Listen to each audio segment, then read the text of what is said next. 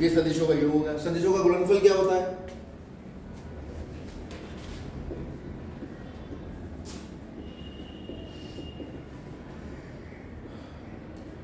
भाई कोई vector A है तो सदिश का गुणनफल होगा ए गुणा बी। अब यहाँ पर गुणनफल दो तरह का होता है, एक सदिश गुणन, एक अदिश गुणन, और तीसरा आता है अचर पद से गुणा। तो अदिश और सदिश तो हम दोनों बता चुके हैं, एक था डॉट प्रोडक्ट और एक था क्रॉस प्रोडक्ट। अचर पद से गुणा क्या है कि कोई वेक्टर ए है, इसको किसी अचर पद से गुणा कर दो लैम्डा से। क्लियर है? वो वेक्टर क्या होगा? कोई वेक्टर ए है, मान लो ये इसकी लंबाई 2 सेंटीमीटर है। अब मैं कह रहा हूँ 5a, तो 5a क्या हुआ? एक ऐसा वेक्टर जिसकी लंबाई कितनी हो गई? 5 दूनी 10। तो इसी दिशा में 10 सेंटीमीटर लंबाई का आप बना दीजिए, 10 सेंटीमीटर, ये आपका कितना हो जाएगा? 5। क्लियर हो गई? तो अगर हम किसी अचर पद से किसी वेक्टर को गुणा करते हैं तो दिशा पे तो गुणा करने तो कोई प्रभाव नहीं पड़ेगा, लेकिन जो लंबाई है वो उतनी गुना बढ़ जाएगी जितने गुना से हम गुणा करेंगे। सर अगर माइनस से कर दिए तो दिशा बदल जाएगी।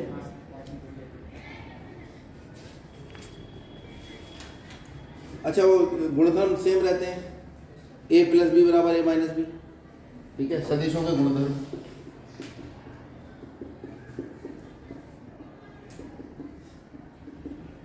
वो है a और b को जोड़ोगे वो b और a के योग के बराबर होगा, पहला। दूसरा साहचर्य नियम, a प्लस बी प्लस सी बराबर a प्लस बी प्लस सी। कोई दिक्कत इसमें? अच्छा, अदिश सदिश का अदिश से गुणन तो मैं बता ही चुका हूँ अभी। सदिश के घटक, इस पर हमने कल बात कर ली थी, आज दोबारा बात कर लेते हैं।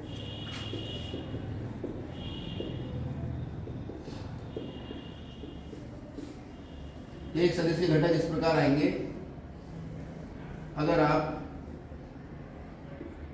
यहाँ पर 1-1 सेंटीमीटर दूरी ले लो, ये भी 1 सेंटीमीटर छोड़ो, 1-1-1 दूरी है, ये आपके एक्स अक्ष है, ये वाई अक्ष है और ये Z, तीनों पर 1-1 दूरी ली।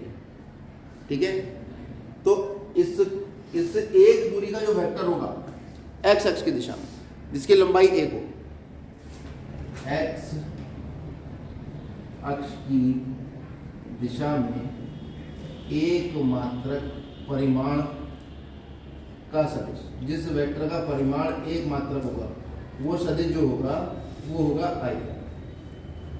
और वाई एक्स की दिशा में एक परिमाण का सदिश, और जेड एक्स की में फिक्स कर दिया गया, नाम फिक्स कर दिया गया, पहले भी बताया था हमने। ये वाई एक्स की दिशा में एक मात्रक का परिमाण सदिश जे, और जेड एक्स के लिए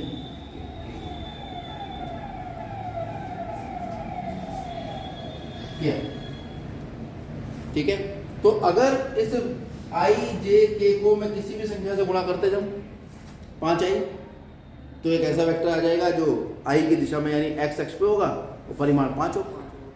ठीक है, 7 जे परिमाण होगा और वाई एक्स की दिशा में होगा। तो एक वेक्टर के एक सदिश के घटक का मतलब है, अगर मेरे पास कोई पी पॉइंट है स्पेस में, वो बिंदु के निर्देशांक एक्स वाई जेड है, तो इसका एक्स दिशा में सदिश घटक एक्स है, वाई दिशा में सदिश घटक अदिश घटक वाई है, और जेड में अदिश घटक जेड। और सदिश घटक कितना होगा? एक्स आई, वो मैंने कल भी बताया था भाई, अदिश घटक एक्स है, सदिश कितना होगा? एक्स को आई से गुणा कर दोगे, तो पूरे वेक्टर का निर्माण मुझे अगर हम करेंगे ओपी का, तो वो कितना आ जाएगा? एक्स आई प्लस वाई जे प्लस जेड। और अगर ओपी का परिमाण हम निकालेंगे किसी वेक्टर का, X square plus Y square plus X के आई के गुणांक का वर्ग प्लस जेड के गुणांक का वर्ग प्लस, और दो बिंदुओं को जोड़ने वाला वेक्टर निकालेंगे।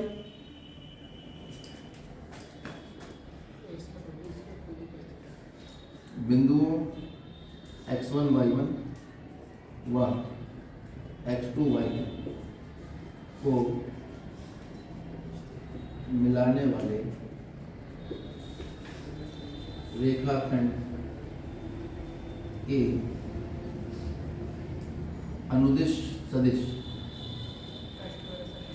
मान लीजिए हम कह रहे हैं अनुदिश सदिश का नाम ए रख दें, तो वो आएगा x2 minus x1 i plus y2 minus y1 गुणा j। और इसको मैं ऐसे भी कह सकता हूँ ए, अगर ये बिंदु ए है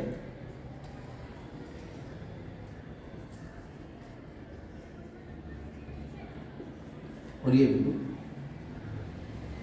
बी, ठीक है। तो ए बी माइनस, अब ये कैसे निकलेगा? अगर मान लो मैं इसको ये कह रहा हूँ ये x1 है और ये y, ये बिंदु ए है, ये एक बिंदु मेरे पास बी है, ये है x2 y, और मुझे ए बी निकालना है ए से बी की तरफ, ठीक है। तो अगर मैं ट्रायंगल लॉ लगाऊंगा यहाँ पर, तो ट्रायंगल लॉ क्या कहेगा? ट्रायंगल लॉ तो ये कहेगा ओ ए प्लस ए बी बराबर माइनस ओ बी, क्योंकि एक दिशा में चल के सबका योग शून्य आता है। यहाँ ऐसे देख लो O A plus A B plus O A plus A B plus B O, ये दिशा लेते तो कितना आता? शून्य। किसी त्रिभुज में एक कोने चलना शुरू करो, ओ ए बी बी ओ, तीनों का योग कितना आएगा? शून्य आएगा ट्रायंगल में। ए बी का मान कितना आ जाता? Minus B O minus O ए, और आप जानते हो बी को जो है वो माइनस ओ बी के बराबर होता है। यहाँ पे हम लिखेंगे minus of minus O B, समझ में आ रहा है? तो माइनस माइनस क्या होगा? Plus O B minus A B सदिश जो आएगा आपके पास वो ओ बी माइनस ओ, यानी ए बी जब निकालेंगे तो बी का पोजीशन वेक्टर प्लस माइनस ए का पोजीशन वेक्टर क्या होता है कि बिंदु जो दे रखा है उसमें x वाले को i से गुणा कर दो, y वाले को j से गुणा कर। तो अगर कोई बिंदु दे रखा है, मान लो यहाँ पे देखो ध्यान से, ये मैं निकाल रहा हूँ, मान लीजिए ओ ए निकालूंगा तो मूल बिंदु से बिंदु को मिलाने वाले रेखा का वो निकल आएगा वेक्टर, और वो क्या आएगा? x1i प्लस y, और ओ बी निकालेंगे वो इसको इसके मिलाने वाले। एक तरह से देखा जाए तो इसके निशान 0,0,0, तो ओ ए कह रहा हूं तो x1 minus 0 plus y1 minus 0, O B निकालेंगे तो x2 minus 0 plus y2 minus 0 जी, और ए बी निकालेंगे तो ओ बी माइनस, अगर ए बी निकालेंगे x2 माइनस x1,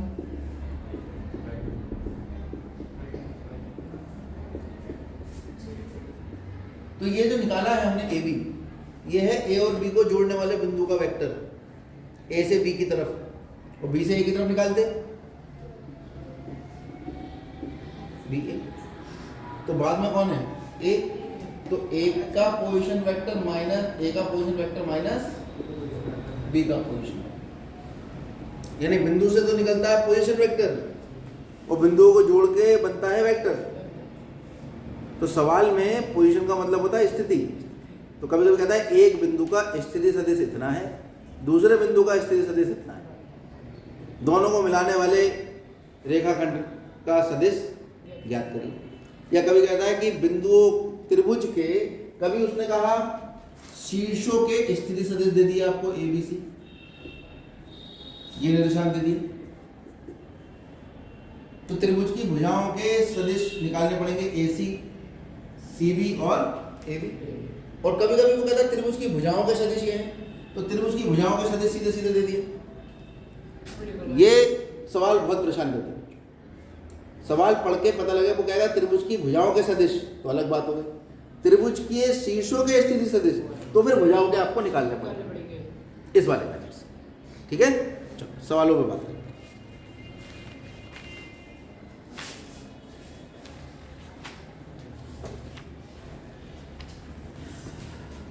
उतारना है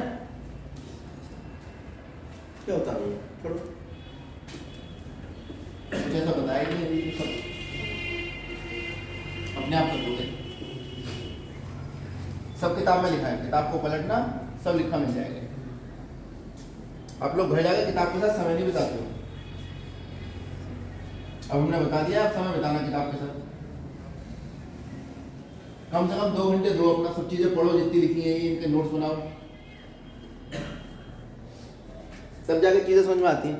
आप लोग सोचते हो सब ऐसी कोई गोली हो जिससे निकल के तुरंत आ जाए, सब बिना मेहनत करे कुछ नहीं आता है दुनिया में। चलिए पिछला वाली 10 पॉइंट होते।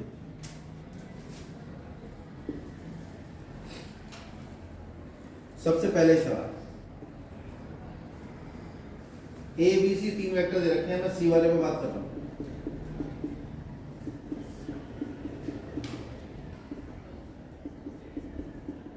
ये इनके सदिशों के परिमाण का परिकल्पना करना है।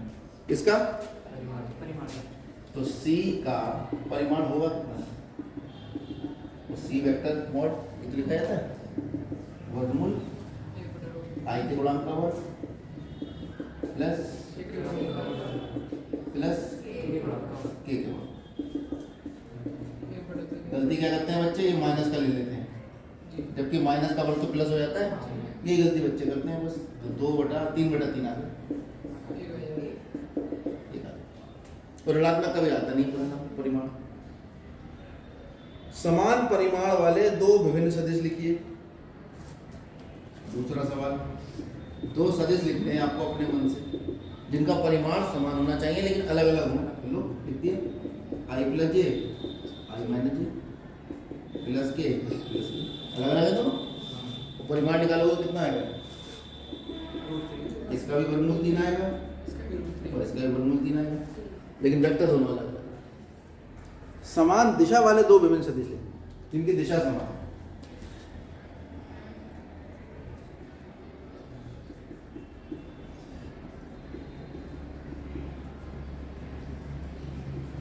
ए बराबर हो गया i + j + k और b बराबर हो गया 2i + 2j + 2k। समान दिशा का मतलब समांतर, उसका मतलब a बराबर लैम्डा × b, 2 कॉमन ले लो आगे। x और y के मान ज्ञात करो जब सदिश समान है। बच्चों को जरा कराना पड़ता है लोगों को। अभी ये बोला नहीं है, वो खुद कर लेंगे। 2 वेक्टर समान है, x और y के मान निकालो। तो x का मान 2 और y का मान x के बराबर, y के बराबर। एक सदिश का प्रारंभिक बिंदु ये है और अंतिम बिंदु ये है 5। प्रारंभिक बिंदु है 2,1, अंतिम बिंदु है -5,7। इसका नाम a रख लो और इसका b। ये है सदिश। भाई दिशा तो उसकी a से b की तरफ होगी ना, जब उन्होंने प्रारंभिक इसे कहा है और अंतिम इसे कहा है। तो आपको a b निकालना है। a b कितना होगा? OB माइनस और OB कितना होगा?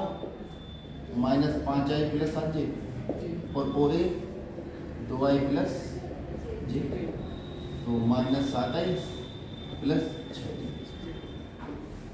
समझ आ गया? चलो डाइट कर दो, -5 - 2 -7i और 7 - 6।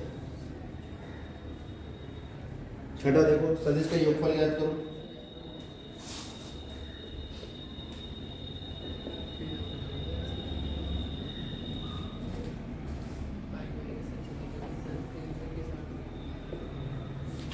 मतलब सारे बता रहा हूँ, तो ये नहीं कह रहे हो कि खुद कर लेंगे ये सवाल। अभी भी उनका योगफल निकालना है। जोड़ दो 0 और -6 -4 -8 -4j और 5 और 1 6 -k। कितना आ गया? -4j -k आगे। 7वां है सदिश a के अनुदिश मात्रक सदिश ज्ञात करें।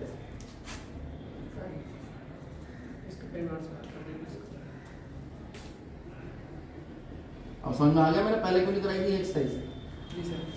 ये भी कराने लायक है ही। सदिश a के अनुदिश मात्रक सदिश a कैसे लिखते हैं? तो मैं लिख देता हूँ।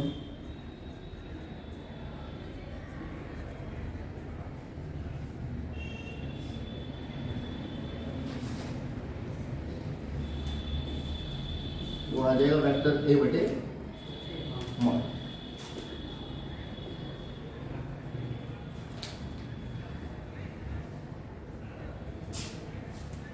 ठीक है, ये जो भी आएगा वही मात्रक सदिश होगा। आई बटे 4 और 6 और 7 प्लस जे बटे वर्गमूल 7 प्लस 2 बटे वर्गमूल 7 6 होगा सर। 6 होगा, 4 5 6।